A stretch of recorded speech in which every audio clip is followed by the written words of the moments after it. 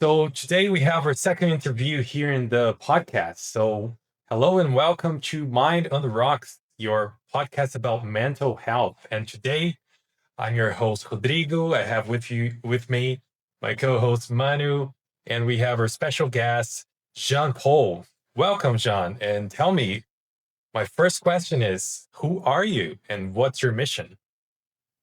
Yeah. Hello, everyone. I'm so happy, Manu and Rodrigo, to meet you today. I think it's kind of my first podcast in English where I'm not the host. So, so That's cool. forgive me for my English, guys. I'm a French speaker. So who I am, I just come from really. I think it's not a typical background, but I come from Africa. I was born in Africa, from Congo. I have lived in Angola. So, in a moment in my life, I kind of spoke Portuguese.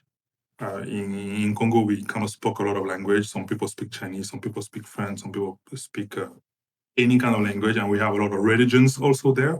So I was kind of got used to this multiculturalism, and later in my youth, I just moved in France to continue my studies, and that's where I was able, to grow as a man and just to continue living there. So for the past years, I'm kind of exploring the world and grow up in my job and grow up in what I'm doing the most. And my mission is, to help, employees like me find purpose while they're on the career. To don't treat a career like a hard work, but treat it like something that will help you, realize your dreams outside of your job. So we talk about personal finance, or we talk about side hustle also, which is a big subject in our times because of job changing, the market is changing. So this is kind of my mission that I'm working on with the help also of Manu. Yeah. Really cool. What did you study in France? Sorry. What did you study in France? Oh, in France, I study. First, I just arrived. I think, in no, in middle school, and I studied from the beginning of finance, money, because I liked, to understand how companies operate. Because in Congo we didn't have, this kind of huge companies, and my dream when I was watching some movies in the past in the 90s, I was dreaming, to work with my suit in this kind of, block skyscrapers, So I just studied money to be able to be engaged in those kind of companies. Yeah. So interesting. So I've talked with you a lot, John, and I nowadays you've been working with a lot of young entrepreneurs and new companies. Do you think in the future a lot more people are going to start working on their own companies and building their own stuff rather than the big companies just existing? Yeah, I think there is a huge thing that is happening in the market, and I think you guys are witnessing this. In the past, before even I started to work, the mantra was to go to the company and find a job, and that job you will do it until you just die. You know, so at a time. It was one of those we were not really capable of understanding it. Yeah, I was really, trying to find a job that doesn't make me boring quick, because I'm kind of person I just learn fast. And when I learn fast, I start to be boring fast. So I need to be challenged every time. I'm not just let myself go with the flow. No, I need to innovate. I need to discuss. I need to understand, and I need to challenge myself. And so in my generation, a lot of my friends, my old school friends, are still in this, mind. And I saw a lot of them keep having just one job and just staying there for decades and decades. But the world is changing quickly. And what I understood really fast is like if I want to progress quick, if I want to learn fast, I need to be on the place where I don't feel safe. When I talk about I don't feel safe, I talk about when I don't feel safe intellectually. So I always need to surround myself with people who knows better than me, who have a life, and culture which are much more better than mine, because I want to learn and I want to feel like a challenged, to keep myself around this kind of people. So that's what I just applied into my job strategy. So I just found out that there was a job that was called consulting, and you just go to a company to find and just to resolve the issues. It's kind of intellectual issues, all of that. And in the year you can just fix like 5 6 companies, and you just also get paid so well, but also work a lot and learn a lot, and you kind of have some rank like in the army. So that was all of what I was dreaming of. So I just made 1 year at Sanofi, and then I get bored, and then I just jump into consulting because someone invited me there, and I just signed my first contract in there. So I think a lot of people of our generation, of your generation also, the Gen Z and all that, are going to make companies by themselves instead of going in the old route. Yeah, so true. I relate to a lot of things you said. I also learn fast, get bored fast, and I also like I'm surrounded by people and family and friends who have this mindset of I'm gonna grow up, I'm gonna go to university, I'm gonna get my diploma, and then I'm gonna get a job at a company, and that's it for the rest of my life. That's my future.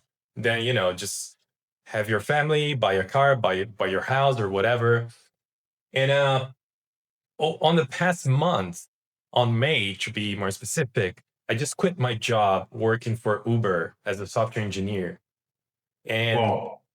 in the heads of my family, to my friends and my colleagues, they're all like, man, this guy must have gotten crazy, okay, he left the dream job working from home, making his own time, not a lot of pressure, um working with amazing peers from all over the world.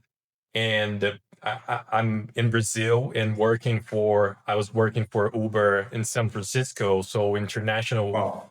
job, very prestigious.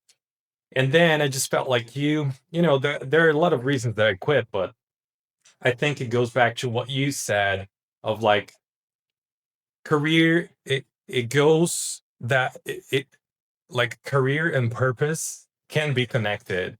You can have career and purpose, and you can use your career to kind of like give some meaning to your life. And for some reason, I was not getting that with my job. So I just decided, you know what? I think the world is changing fast, as you mentioned. I think there are a lot of opportunities. Some of those we may see, some of those we may not see, but it doesn't mean they don't exist, right? So sometimes there are opportunities that we don't see, but they're we just have to kind of like find out where they are. So I just took the leap, and that's how I got here in the podcast. That's how I met Manu. That's how we started Mind on the Rocks. So that's really cool. And I just wanted But to you also yeah. But do you also think that it's also because of a generational thing? Because the generations before ours didn't have access to the internet, didn't have access to this much information, Yeah. social media, news. So with all of this information and stuff, we get tired of doing the same thing again and again because we see the opportunities that actually exist. So Yeah. we always want to change something up. So people get tired doing like that's why that the old generational vibe of working with the same job, doing the same routine daily doesn't work for us maybe as a generation anymore. I I think it has something to do with that too. But for example, I think there are so many reasons that are hitting hard, on why, for example, the new generation and the Gen Z and my generation and Rodrigo generations also are just quitting jobs and trying to make the best. A few days ago, I was watching a TikTok of a man. He lived in the UK. He's an Asian root guy, and he was like a 34, and he was doing some kind of vlogging episodes on how he just quit his job. He had like a 37 pounds, £1,000 money, and he just going full. Like he don't have a job, but he want to figure out what he can do to create another income source, stream. Yeah. And because for him it was the last try, so he gives himself 1 year because he want to find purpose. His guy, he was a software engineer for a GAFAM also, and I've seen literally a lot of people that are searching their ways like that. And for me, coming back from Congo, of course, in the past we had internet also, but we had a little, internet. The connection was what it was, and but I think something changed around 2009, and in France, for example, we started to be influenced a lot by American music, and something changed in the way people were dressing. Something changed in the way people were interacting between each other. Me, in my generation, when I came in France, it was something a little bit awkward to see. Uh, how can I phrase it? Because I don't want it's become controversial. But it was difficult to see different race people together. It was something really you just spot not many times. But there was a change in the people's mind, and there was also this opening in the business. And there was a rush also because of Facebook, because of all of that. So everyone saw how internet mastered can just change lives, and we started talk about big monies, like what is happening now with AI. Before AI, I never listened like a company like OpenAI have a budget of 500 billion deal with Amazon. It was crazy, Yeah. I think people don't understand those kind of numbers are huge. I never listened that there will be a deal for that amount of money. This is crazy. So I think this is the same change that happened back in 2009, in 2004, that just pushed a new generation of billionaires, a new generation of people that made the change, that made us use the tools that we use now, that just reframed, their way to live. And I think there's another thing is that I can see a lot on the Reddit, on the internet. And when I talk with some stakeholders, with some friends and family, uh, we talk about it less and less, but it's a kind of important to me. Is like bullying in the professional workspace. When you see the reason why people change jobs is most of the time is because they are bullied. They just need to stay in the same office, work with people that have a problematic behavior with them. And myself, I was a manager, so I saw how many times the management didn't take any role in anything, to fix those kind of problems because they just wanted to focus themselves 100% on money. But what they didn't understand is like you can't make a company earn enough money if the background team is suffering, for communicating between themselves. So this is some problem that are really neglected by companies, and it's causing a lot of trauma. So I have seen a lot of people that being shocked because of professional world, and this is why also people just want to brace, go out and try to find a way to not just depend on some employer, because the grass is always greener. We all say like this, but when you change company, you never know who in which team you will go what are the mechanism, psychological mechanism of those people.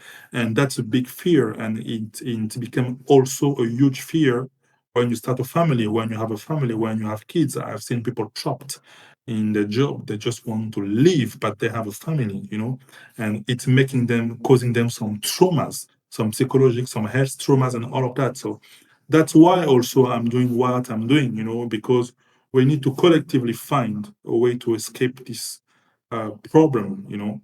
So yeah, that's what I can say for the moment. Yeah, I am very grateful. Well, not yeah, maybe yeah. That's not the correct word. But I used to have a family. I used to date, and we lived together for a couple years. We had two cats, and but we split up on 2024, and I've been by my own since then. And I felt kind of lucky, maybe not grateful, but lucky being by my own and not having anyone relying on me, depending on me. I feel like that kind of that made me much more likely to leave my job and to actually like take risk. And I do agree with you that if I was still living with my ex and with my cats and or household, I wouldn't leave my job ever because and then you kind of ask yourself like how can I make sure that they're going to be okay? Um so I think there's a point there. If you're young, if you're especially like in your 20s or something, or maybe you're just you're studying or your first job, your second job. I think if you're still not married, you don't have kids or whatever, I think this is the time for you to take risk and do some crazy things with your life. For many, many, many years, I had kind of like this fear, especially like with my career, I don't want to be left behind. I want to grow. I want to get my next promotion. I want to go get, I don't know, change companies for success and whatever, get more money, get a pay raise. But really, like when you take a look at the big picture, and I'm talking like decades, like I'm 31 right now, but if you take like your life from the 20 until you are like 40 years old, you have like 20 years. That's a lot of time. And if from the first like 20 to 25, when you're very like 5 years of your youth, you just dedicated to take risks, get to know yourself better, not necessarily go for the most financially success work, but maybe try to see things that fire you up, that inspire you. It's like you said, you want to be challenged, you want to be learning a lot, you want to be like not getting bored doing the same old thing. So I do think that young people, they they were probably gonna have like much happier lives if they just threw everything up and they went to take risks and just try something new. It is scary. It is scary, and I'm scared right now, to be honest. Like I don't have no money's coming in. I'm just, I have my savings, and eventually it's gonna drain up and I'm gonna be broke unless I come up with something to make money. But I do think that, hey, I might not have this opportunity ever again, especially if I get married to someone. It's very hard to go to your spouse or your husband and be like, oh, yeah, I was thinking about like quitting my job and there's no plan. I don't have any other ideas. I don't have any other job. They're probably going to be like, what the fuck? Yeah, and Yeah. yeah, that's sure. But I do wanted to hear from you. Like, imagine someone has this stability, they have this family, they have maybe kids that depend on them. How would you help them find their purpose in their career? If maybe it's changing jobs or whatever, but how can you help them do that? So I like your question because I've seen a lot of people's. Because me, I quit my job last year in December, and it was a kind of a learning for me because I wanted for a long time to just let myself roll in, just leave some things I never did, explore, talk to people, go to do some stuff, and figuring out, what is really big. I've seen a lot of guys that I was working with. This guy, he was like a 17 years old of experience in, in his career, and then he just left his old company to go in consulting. Okay, but what I've seen, he was a guy that spent the first 17 years of his career in the same company. He had a family, was married, and all of that. But he was kind of boring in inside, because you could see in the company you have a lot of politics when the company is not well managed, and for every decision you need to fight. I can remember countless of time I heard him in the next office screaming during meetings just to make his voice heard. Because in the company, what I've seen is most of people have lost focus. Most of people have lost, the way they really wanted to put their life in. So the only thing for them is left is be proud of. Okay, it's because of me we did this. This is a decision I took, and that's why we did like this. People are just fighting for this You in just want to look companies. good.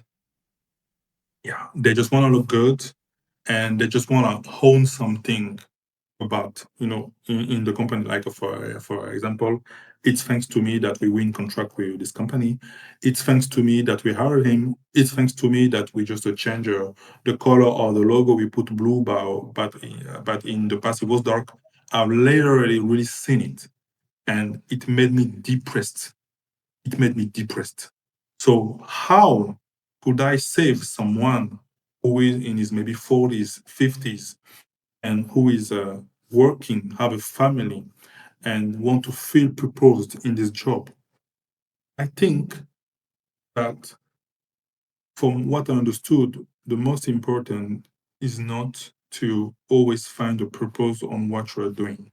Like, for example, if you are grateful enough, to have a career and earn some money and doing something boring or or shitty or something, at least it helps feed your family. But what we forgot when we are in where we are full timers, we forgot about the outside life. You know, in France, we are lucky because we have a lot of vacations. We have like a more than 30 days vacation in the year. But it's kind of 1 month something vacation, in 365 days. It's kind of good because in some countries, I know in China, for example, because I had some family members in China too, they have like a 10 days vacation in the whole year. That's crazy. That's really crazy. So how do you find purpose? You need to find purpose outside of your work. To me, this is the only thing because you are our full-timers jobs are just drain sucking people. Just soul sucking jobs. I just find myself many times when I came back home, I can't do anything. I just take a shower, eat, and put something on the TV. I can't even read a book. I can't even read a book because I'm drained. But you are using your energy for someone else. Of course, he's paying you. He's paying you. Okay. But you are not using that energy to build something that you'll be proud of. So, this colleague who was 50 plus years old, his daughter was searching an internship. The thing that shocked me, to find his daughter internship, he was unable to find someone, to call someone to find his daughter internship. He said instead, put a message on LinkedIn and I will put a like. So this may help you. That's crazy. After 17 years of experience in companies, you met people, you talk, you grew up, you can't even find something for your daughter. You can't even also find a purpose for yourself. So to me, what I will advise is like you need to find your purpose outside of your work. You need to grow also outside of your work. Don't use all your energy. Don't use all your life just to focus on the project of someone else. Because I've seen a lot that I have a friend, he was a director inside a big company. And one day, top boss decided to delete his team. He was used to find another job inside the company for in 6 months, unless he would be fired. That's how the full-timer job can just shake your life.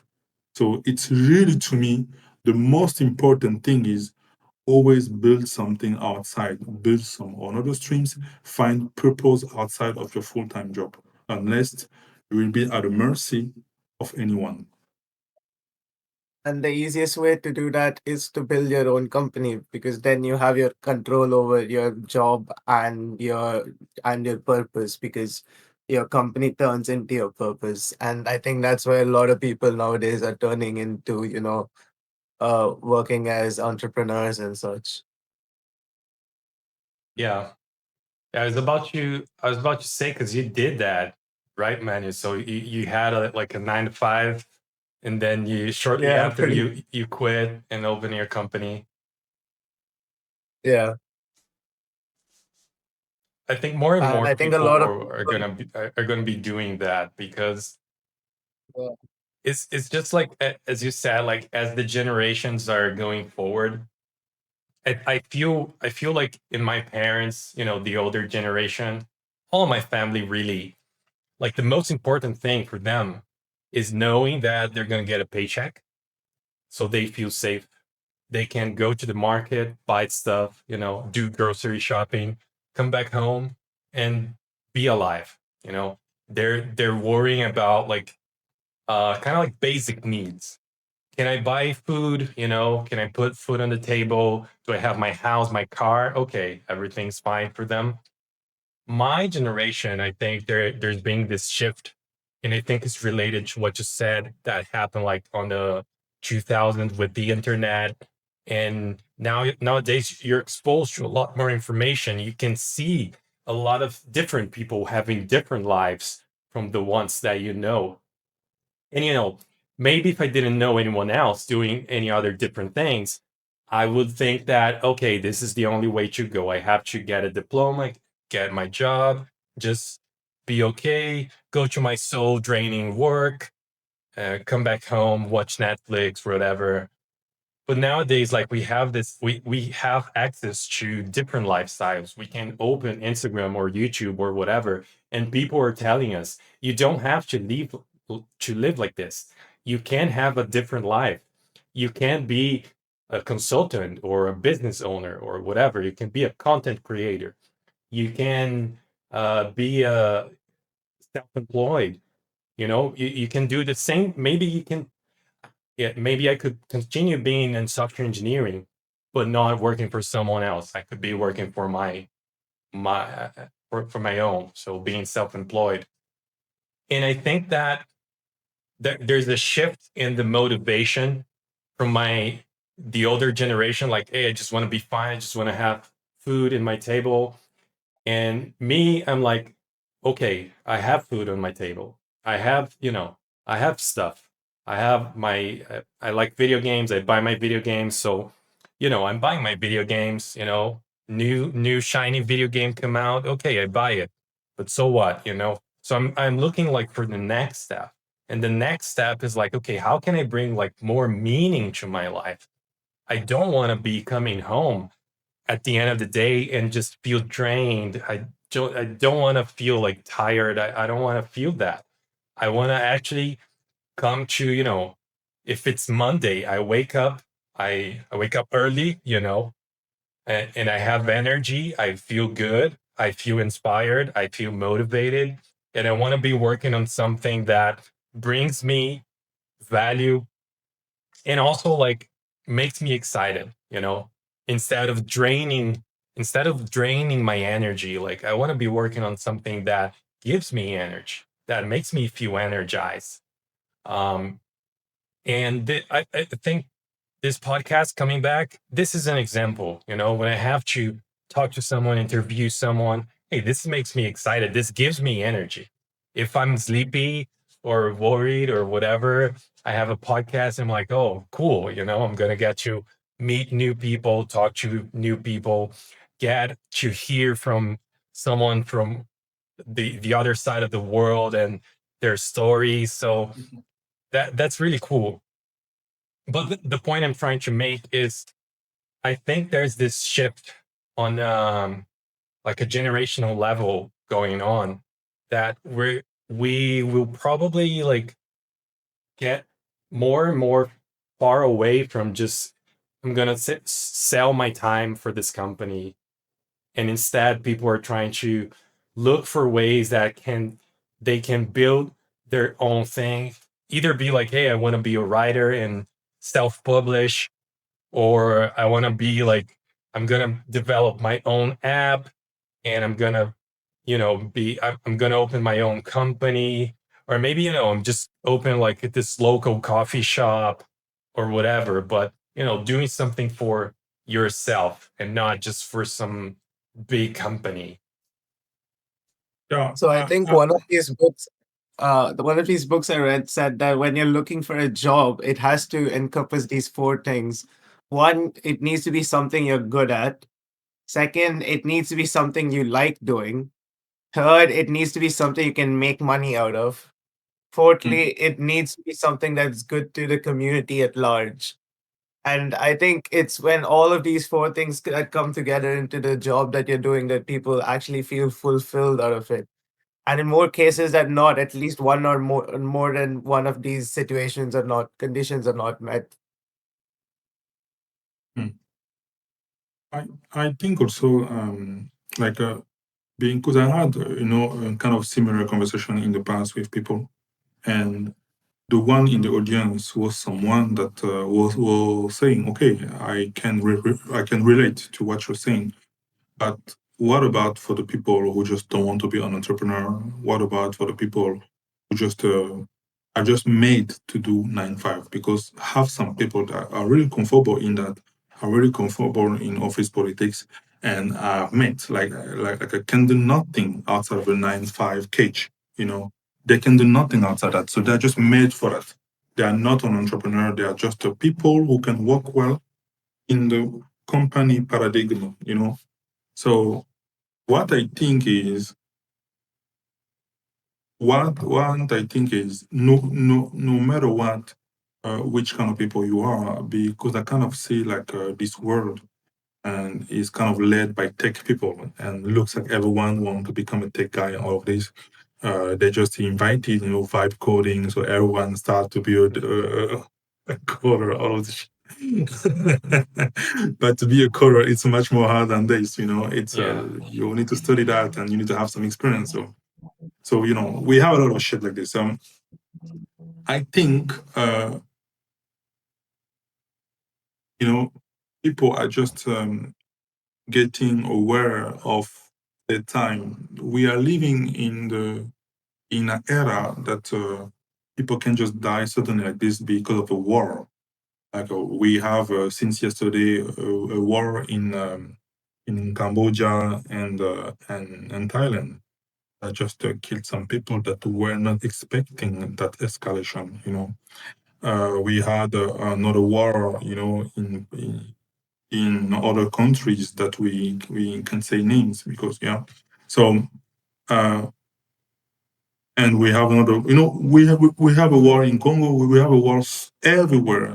So the world is suffocating a little, and I think people kind of understand that the time is content, and we live in a wealth that we never had before. I don't just talk about the money wealth, I talk about the visual wealth. So, as you said, there's an infinite things to do in the world. We had some people that get paid, to travel in another country and to show the stuff on the camera, and it makes you dream like a Japan. Now Japan kind of push back tourists because they have an over tourism shit, because of that. So I never imagine a country that doesn't want tourism anymore because of those guys. So people are just getting those information, as you say, Rodrigo, like saying that I can earn money by doing that, and that's actually what I like to do. So they are taking steps.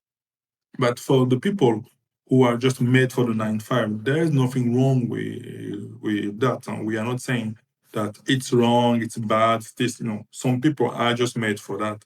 And that's good for them. But I think if they want to survive in the long run, to have a stabilized mentality, they just need to build something outside of the work. So you need to have something outside, like you can have a purpose on this thing. Because I've seen a lot of guys that put all the eggs in one company, the company shut down, and those guys are just with no jobs at 55 years old.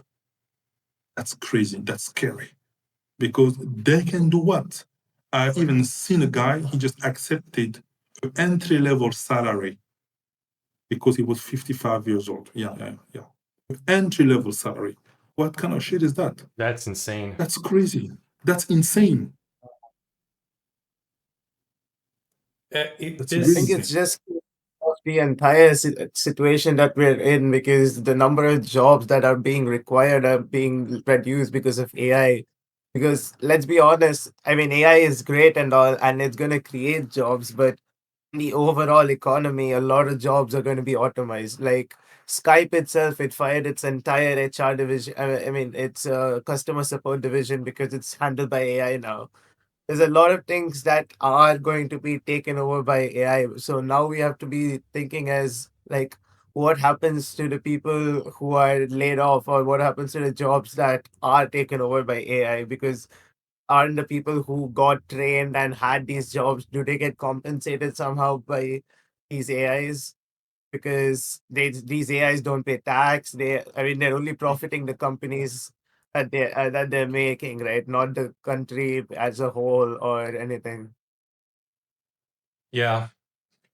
This is a very interesting topic because so like if you think about customer service, which is what you mentioned that Skype fired, like in the 1980s, there was this job almost didn't exist because the internet was still not a thing. There was no software, and there was no, oh, this is our app, we sell it to you, and if you need help, you get your customer service support or whatever.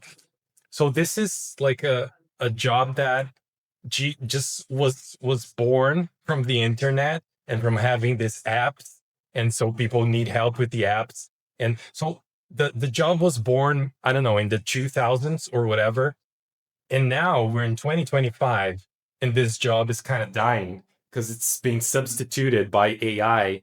So literally, this job did not have like 3 decades, and before people used to learn something and do it for the entire lives.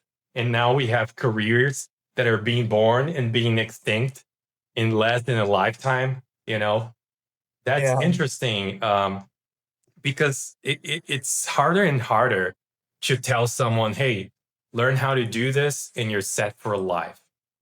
Now it's like, hey, learn how to do this and you're set for, I don't know, maybe 5 years, maybe 10, maybe three. yeah. I It's think crazy how fast the world's moving right now. I think this thing is really crazy, and that's why I just building what I'm building, because I think like we already have this conversation a lot of times. Back when I was in London, we were eating some kebab and we were just chatting and vibing. We were just chatting all of that, and that kind of made me scared, Rodrigo, because the people who are the student who we graduate soon, we are teaching them some not useful skills for some jobs that will disappear. This will be a Mhm. problem. This will be a huge problem, and we are already seeing it. We can't say that we don't see that. I seen. I just follow what's happening because it's it's my job today. But I seen a lot of students in America that are complaining, that are saying finding an entry level job is become crazy. For entry level, they are asking like 5 years of experience. It's crazy. Already in my time, 7, 8 years ago, it was a hell of difficult to find an entry level job, but not for the same reasons. But today, it kind of become crazy. So I think a lot of people are not realizing how the market is getting sickened. Me, I think it started back in 2021. I was in my first consulting company, and this consulting company was a huge mammoth. You know, the big elephant, mammoth, and we were making 4 billion a year. 4 billion. I remember my old manager when he hired me. We were walking through the hall, and he said, "Oh, Jean Paul, you really made a good choice because we had COVID and this company is so strong, we will never fail." It's just, I never forgot that. I never forgot that. And in my mind, to me, it was not impossible that this company fall, and it failed.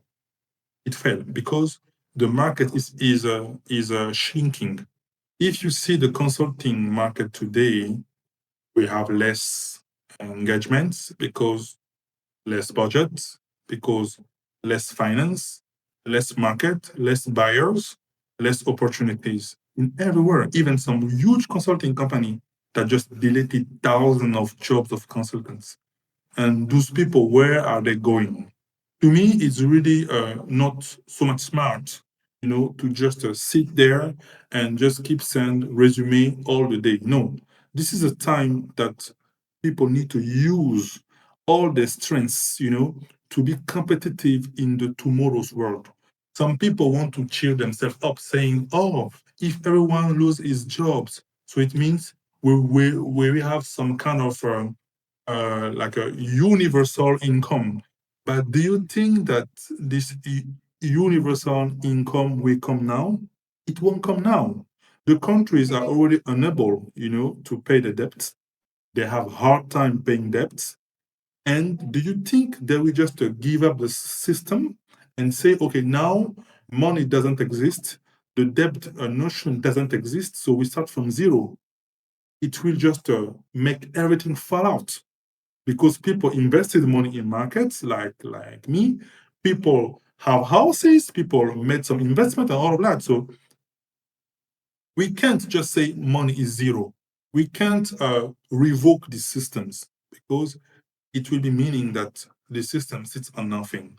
Even we know it sits on nothing, but we can't do that. So I think the next years to come will be really harsh because I just kind of listened Salman in interviews this morning. Today he's testing a new model. I don't know if you know, guys. The name is GPT-5. And he said, GPT-5 makes me feel useless. Holy shit. So even himself, he's worrying that it could be replaced by what is building. But these guys are not the one who are threatened by this because they come from giant families, they have a lot of wealth, and they will always be okay. So I'm reading a book. The name is, I don't know if I can say name, but the name is Deep Work.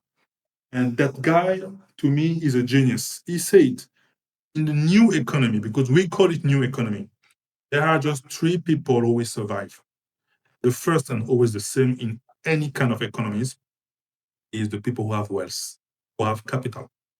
Because those people, they will hire these people who have knowledge to use the capital to make them more richer, so it makes them survive. And the third people here are us. Because if you don't know how to use this technology from the roots, you just need to be an expert or a subject matter expert. So they need you to help them make the technology function, because them, they will get paid by them, and them, they will always be rich because your works make them more rich. It's just that. So it means you will need to adapt. You will need to be an adapting shark. So we have a really huge bubble, and I don't know how it will end up, but that makes me scared. This is why I always push people to please invest. Take your personal finance important. You need to save money. You need to invest for your future. So in the market, on some properties or something, and invest in your education. Because those three things are the only thing who will save you. So true. This new economy, I can see it coming, I can feel it coming. And I do think that things are going to shift more than we anticipate. I just have this feeling, I just think things are going to change more than we think they are. Because there are a lot of people who don't, they don't still believe that there's going to be this new economy. And I see like this, I see the AI evolution, and I think that AI on the next year or maybe 2 years, it's going to end a lot of jobs. And one thing that you mentioned, there's a bubble. We're living in a bubble. Every time there's a bubble, there's a pop. And when there's a pop, there's crisis. And this also links to what you said about the universal income, which is great. And I do support this idea. But I do believe if you think about any person you know, including yourself, do you see people changing just out of nothing? Or do you see people changing when they go through something that is hard and challenging and they have to change to adapt to this new situation? And I don't see people changing out of the blue. Usually I see people going through hardship. People go through struggle or they suffering somehow and they change dramatically. And I've seen this in my own life, I had this 5-year long career. I was doing my thing. I had my girl. After I broke up, it kind of like started massive changes in my life. And it led me to eventually leave my career and just be like, okay, I want to do something completely different than this. And actually, like, I want to explore, find myself, and find new purpose in my life. And all of this came from hardship and struggle. So I do think that going to this transition, going through from the economy that we're living right now to this new economy, this new age that is going to come, I think the first thing that is going to happen is the crisis. There's going to be crisis. There's going to be a lot of people that are kind of desperate, they didn't prepare. They didn't see this coming. It's going to hit them like a truck who that they didn't see. And after the crisis, and I don't know how long it will take. We can't predict how long we'll be in crisis. But I think after the crisis, then we're going to get you universal basic income. Then we're going to get you new solutions. Then we're going to get you like this new world where things are going to be again fixed, and they're going to go back to moving forward, go back to, building more and more wealth and more good stuff for us. But I do it's almost Why do like you think that there is? Why do you think that there has to be a crisis before that? I mean, it can just happen through, political change and, just by electing more socialist leaders. it definitely can happen. It is totally possible. But it's just looking at history, looking at human motivation, I don't think it will happen. It is totally possible. It's not hard, We just need to like get some powerful people that can actually, change laws and change systems and stuff. Just sit on a room and agree that this is the future. Like, have you ever seen them doing that in the past? Because I haven't.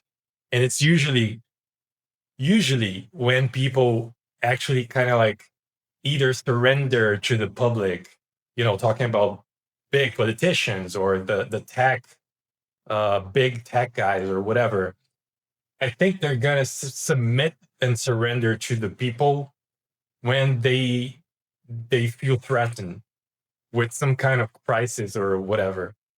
And it's just something that, again, going to human motivation, I do feel like most people don't just change out of the blue. I think they tend to do whatever they're doing until they get to a point of no return. And you know, um, I'm gonna take a leap here. Please, stay with me for a moment.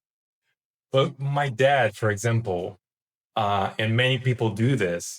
They get to a certain age and they're diagnosed with type 2 diabetes, which means, hey, you're not supposed to eat sugar anymore. I've never seen someone be diagnosed with type 2 diabetes and quit sugar. I've seen people continue to eat sugar, because they're addicted and it's what they're being doing their whole lives.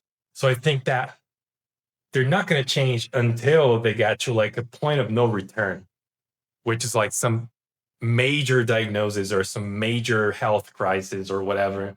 And then they're like, oh my God, okay, I need to stop this. Or otherwise, like either like I'm gonna die. There's this major, very, very scary threat to them. They make this change. I think with politics, it's gonna be the same. Not a lot of people are revolting or people are not as loud right now. I think we're starting to see a movement where people like us are talking about this and more and more people are being informed. Um, but I think the the systems and the politics and universal basic income is only going to come after crisis. Some crisis. I don't know how. And I think you mentioned some war going on. I feel that like there are more and more like small scale wars popping. I say small scale because we had like World War I, World War II. It's not what's gonna happen. I don't think we're gonna have like this big war. Oh, United States and rest of the world or whatever. I don't think it's gonna be anything like that. But I do see like you just mentioned Cambodia and Thailand. I wasn't even aware of that. I don't keep up with news much, to be honest. But like, man, holy shit, another war, yet another. Not a war. We're seeing like a lot of small conflicts happening, and I don't know. I feel like those conflicts are gonna increase for the next years or so. But I love to hear your guys' But opinions on this. but me, I think those countries are happening. I think Thailand and Cambodia. It's because of colonial problems. The way they just traced. The countries. That is causing a huge problem now.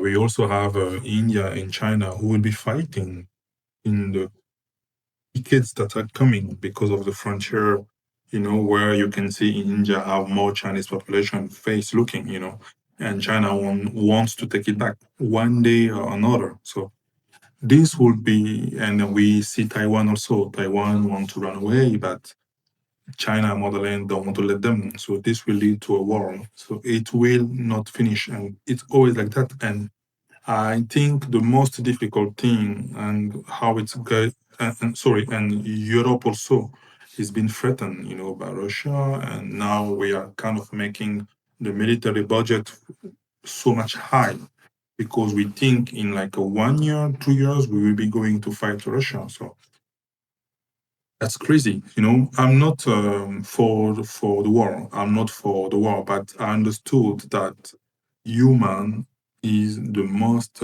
complex thing that were created in this world, and human is human is the one will make himself disappear because technology is good, but what scares me is the world is getting more and more technological, you know and we have AI involved in this war. That's crazy. It means we will have an endless war. And the first people who pay for this shit are the first two people, no matter who you are. Because the first one, people who have wealth, who have capital, they will always be the one who pay for it at the end, or who never even suffer that. You see, and I just fear for my safety. Like, we never know. Anything can happen. Anything can happen.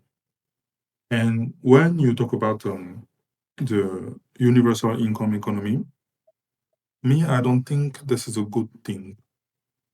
I think everyone should earn uh, the amount of money depending of how much effort he's doing.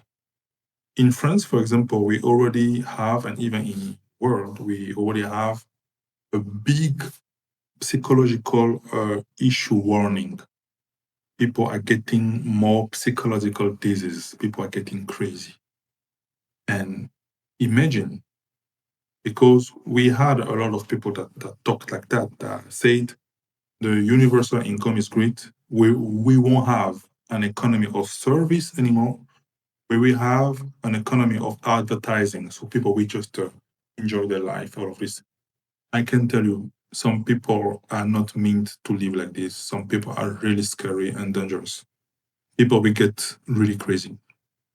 People will get crazy. Some people need to stand up, do something, go to work. It makes them regulate the inner self.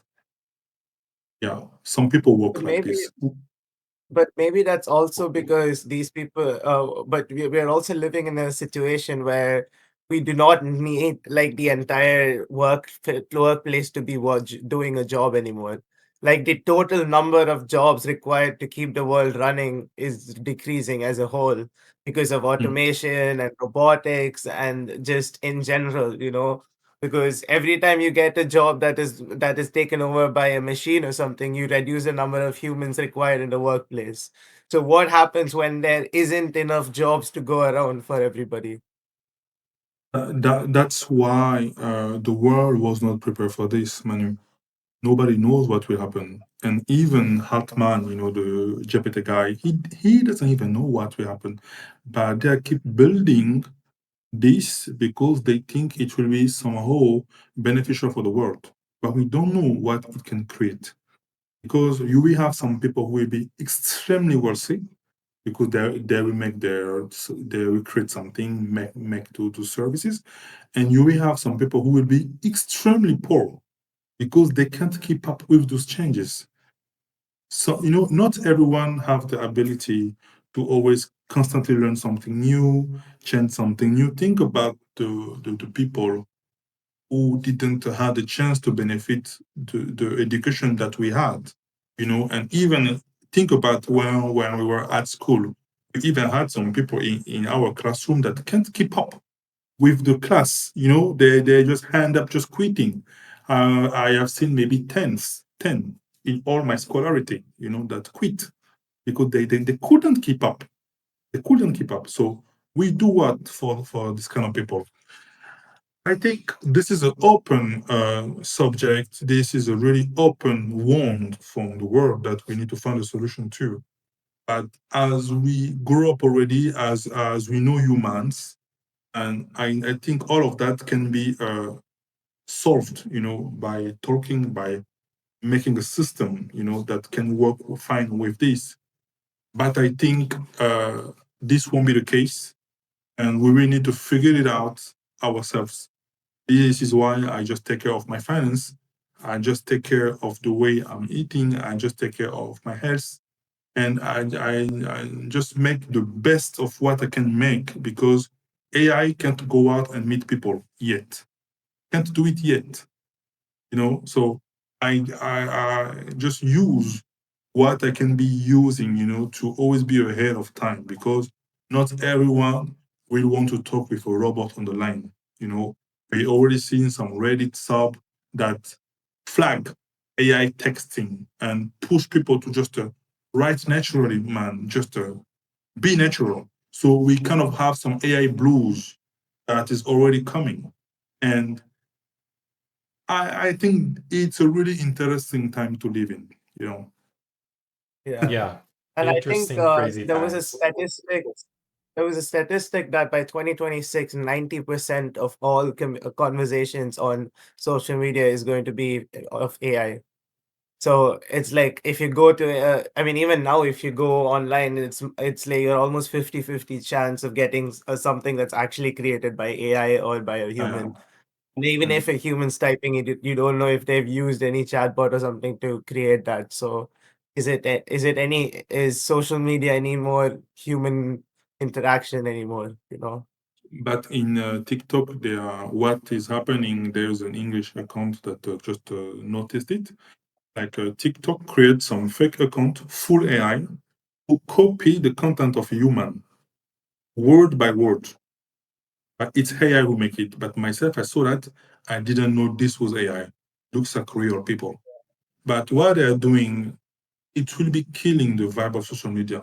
It will be killing the vibe of social media. Or maybe it will open a new kind of market where we just get used of getting interacting to robots and actually starting to treat them like just a people, you know.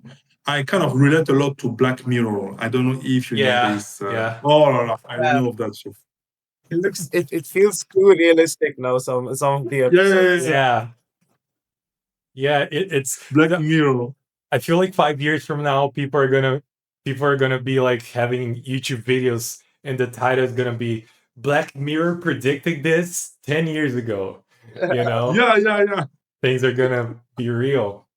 But I do agree, and I couldn't agree more with this one thing you said, which is I don't want to wait for people to solve this or for politicians to have a solution. I want to prepare myself. I want to do things that I can to improve myself, to prepare myself, take care of my health, take care of my financial situation, take care of people around me, and just be, open to change, but prepared for whatever happens. You kind of like you're embracing change. Uh, another like this might sound a little bit crazy, but I don't know how much of a gamer you guys are. I love video games, and I've played MMO games, which are massive multiplayer online RPGs. And I think the analogy that I'm trying to build here is like this: when you're playing MMORPGs, you have your level. So let's say I'm level 31. It's my level, and the max level is 100. So okay, if you're 100, you're at the top. You're king of the jungle, right? But when there's new expansions, they say like, oh, the max level is not 100 anymore. It's now 200. And everything that you have that's level 100, it's going to massively drop in value from one day to the other. So from the moment that this update comes, everything that 100, level 100, loses massive value.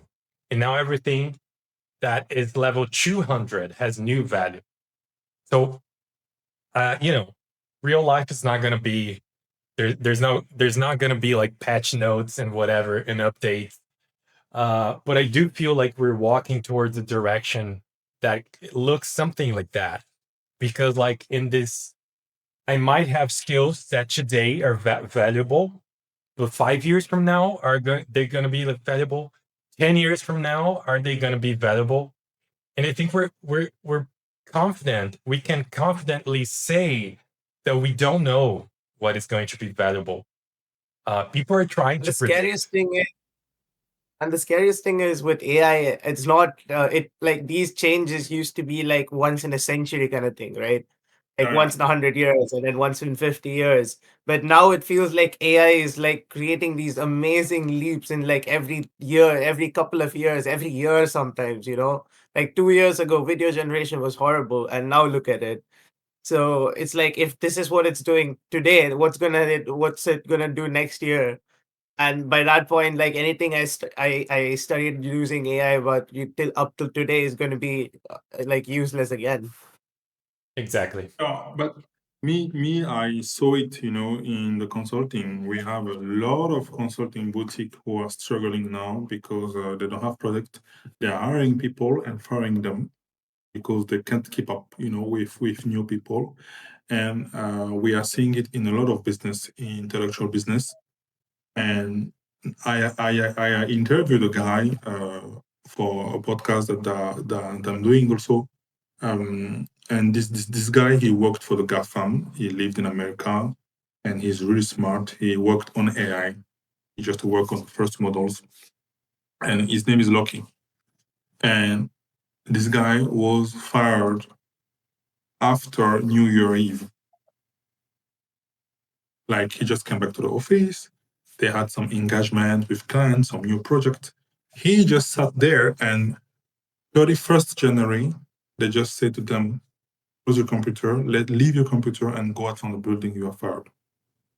They were shocked just after the New Year Eve and all of that. And until today, he didn't find a job. He was talking to me like, these are the people who really create this machine. And what we are noticing is, like said Rodrigo, in the future, a company won't need a lot of people to operate. So they are downsizing hardly.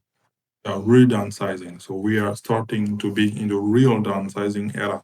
In the past, they were already downsizing, but they were rehiring because they needed some people. But now the people they are chasing are not the people who are coming back anymore. And you said it for the call center.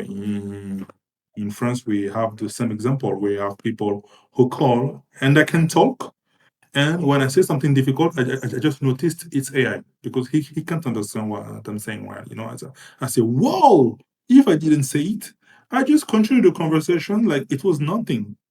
But it's almost perfect. And all the people that spend decades all their career in service center, because I was working in service center in the past when I was more young for summer to get some money, those people are not useful anymore. And what life that we have now, So me, I'm not waiting for the thing to change, and I try to keep up with what's happening and adapt on something meaningful. And from these few years, I've seen a lot of people are just quitting those hotspots and going back to the countryside to live a slow life.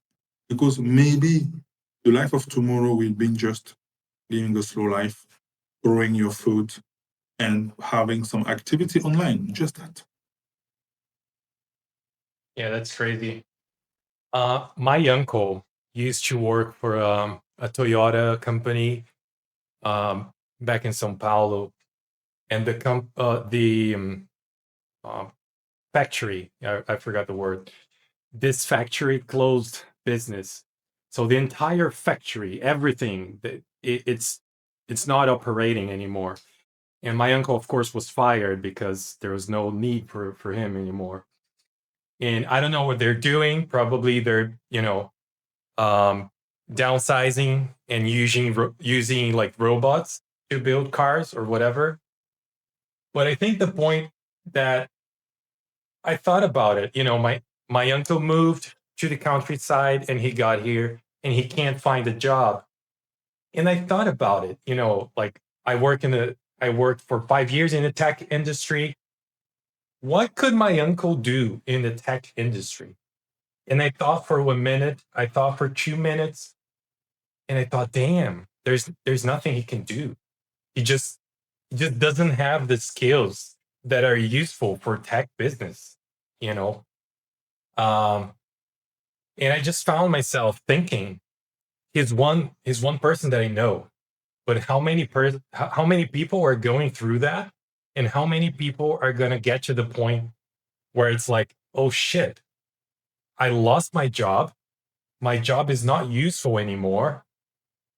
But also, like, I can't just find another job because the skills that are useful today, I don't have any of them. And another thing that happened, as I quit And my I think job. the problem in that situation, I think a lot of problem people are also faced with this problem that now that like you've already put all this effort into like learning the skills of this job, if you're starting something new which probably involves AI in today's day and age, and you're trying to find a new career path, you're competing against all of these other people who are also doing trying to do the same thing as you, Yeah. but also don't have the baggage of the 10 years of work experience and like the life issues and everything that you have at that point. And you're basically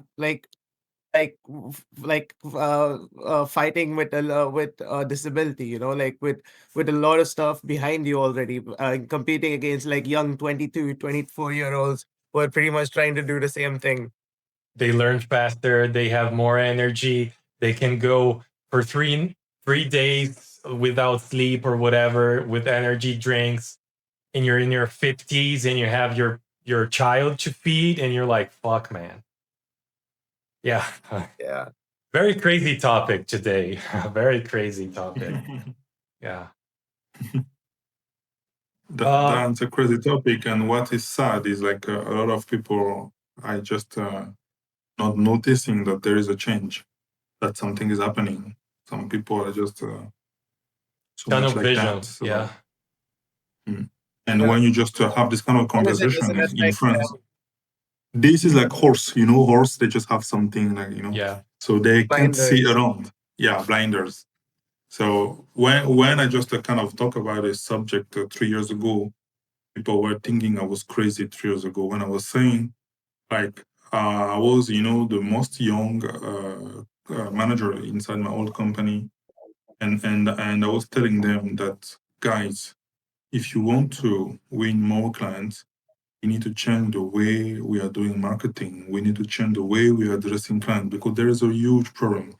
And the marketing guy was telling me, Jean Paul, I think this company in 10 years will disappear because how do you see like we just launch a marketing campaign and we just send like to thousand email address, just nobody replied.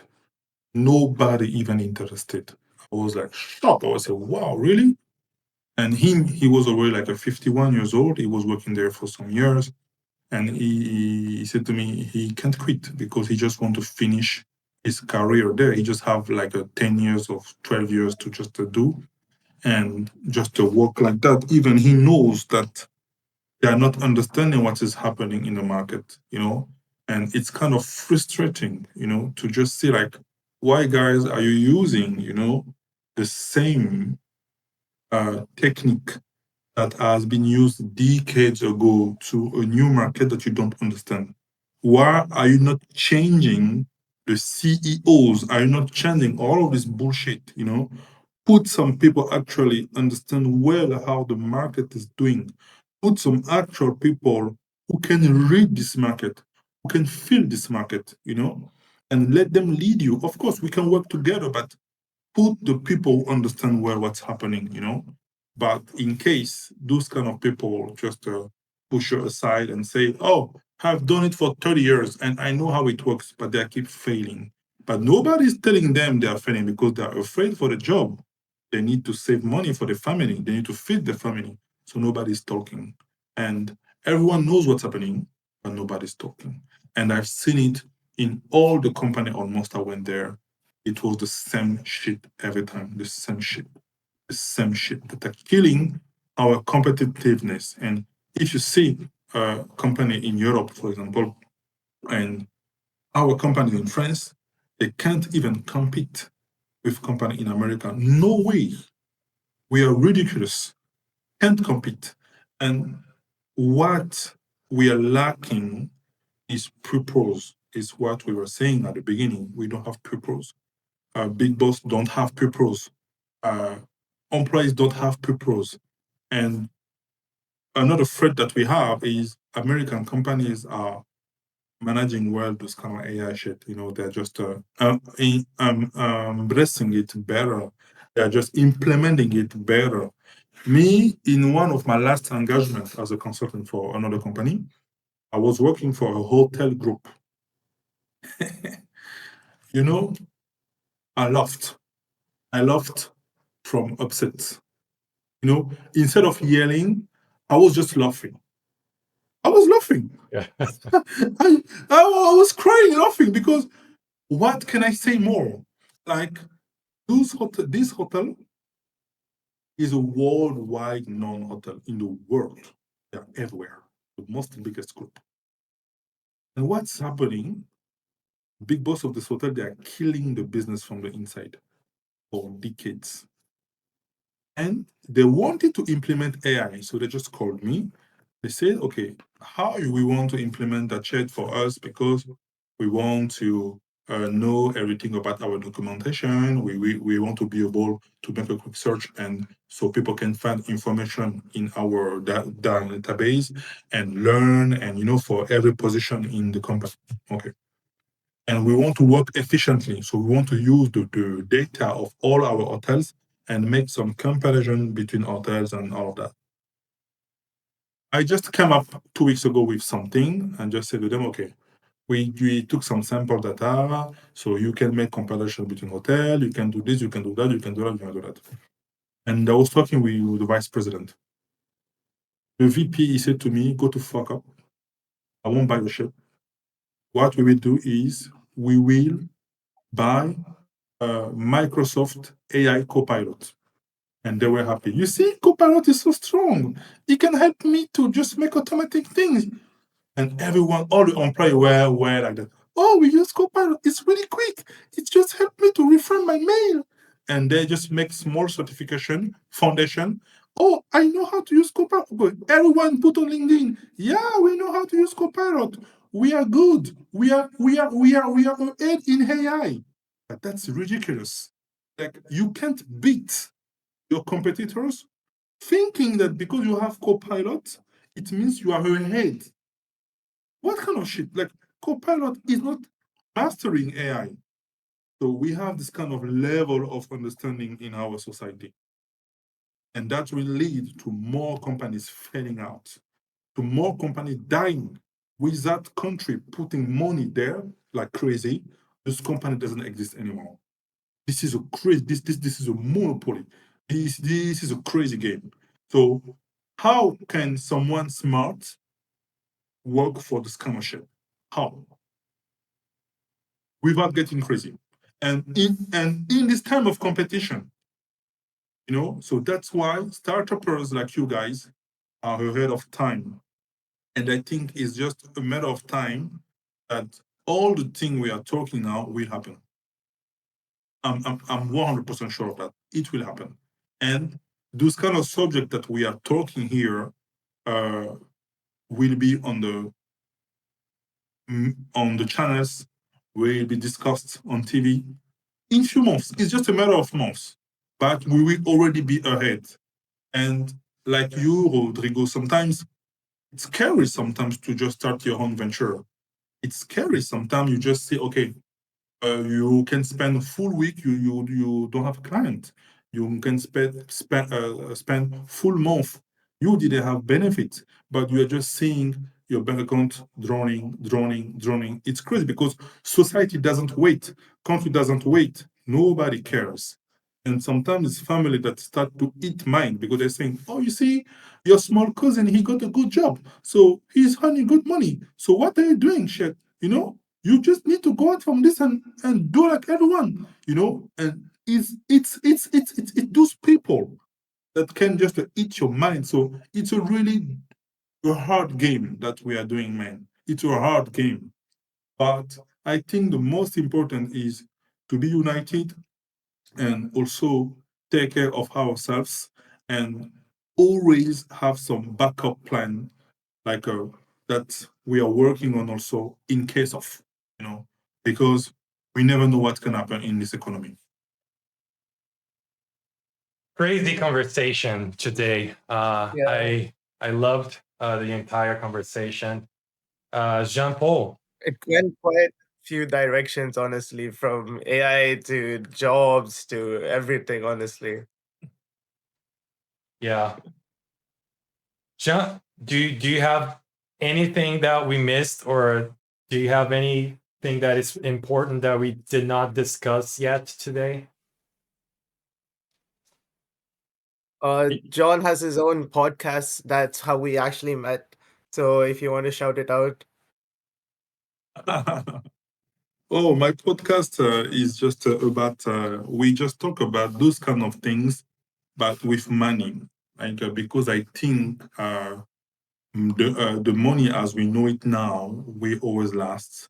Maybe it will change its form, but I think it's important for people to try to get uh, some wealth Yeah. by property access. It can be like a small property, something that can just help you keep going, so you can make it a rent for people and it helps you keep going, in this new economy. And I think it's also important, to invest in the market. And I've seen a lot of people that kind of try to, steal money to people, and making investing in the market a real bullshit. But actually, what I try to do is to just say to people that the knowledge is in front of you, the knowledge is in your hand. And I try to talk about this difficult thing the most simply possible and by quoting my own personal experience because it's kind of that just happened to me too. It's my own personal experience. So I started to save because I knew that I was working for someone, but this someone could just fire me anytime, or the company could have just fell out anytime. So I needed to have some backup plans. I needed to build my safety. I needed to make myself, secure enough to not end up on the street. Because if you end on the street, nobody's gonna help you. Nobody's gonna help you. So so we need to be realistic, and I try to be realistic in this podcast. And so that's how I met Manu also. So, and now I met Rodrigo in the podcast also. So we just kind of met each other in that podcast. So maybe we will be flying in Brazil, when the Manu will make, the first investment round, he will just pay us some tickets. And we go to a mega party in Brazil, you know, Yeah. We'll have a doing some cervejas. yeah. Yeah. So I think we just covered, really globally, the topics that are really hot, and it's a kind of a difficult subject to sometimes put in. But what I really like that it's that we just try to have a good conversation around it and Yeah. a honest conversation because it's an important topic. And I'm also worrying, like if in the future I want to have kids, uh, in which world my kids will grow up, and what can I prepare for them to make them like not to be the future slave of the system, like I want to make them be free. I want to make them be free men and free women, who just make the things on their own will, and that's important. And that's why we are fighting now. That's why we are making our own ventures, in order to build that safety, and the wealth will just reinforce our safety. And this is what I'm doing to all the salary people, the salary man, salary woman. Of course, having a job is great, no problem, but you need to build outside because your 9 to 5 is taking all your time, all your focus, and you are not seeing what's happening outside. So you need some people like us, to deliver your information, and you need to take action, based on those information and on your understanding. That's all. Jean Paul, thank you so much, man. It's been a pleasure meeting you and getting to talk to you. I think we discussed a lot of important topics that will be more and more relevant to people's lives in the coming years. So yeah, thank you. I hope to have you maybe some other times in the podcast in the future. And this has been Mind on the Rocks, your podcast about mental health. Thank you.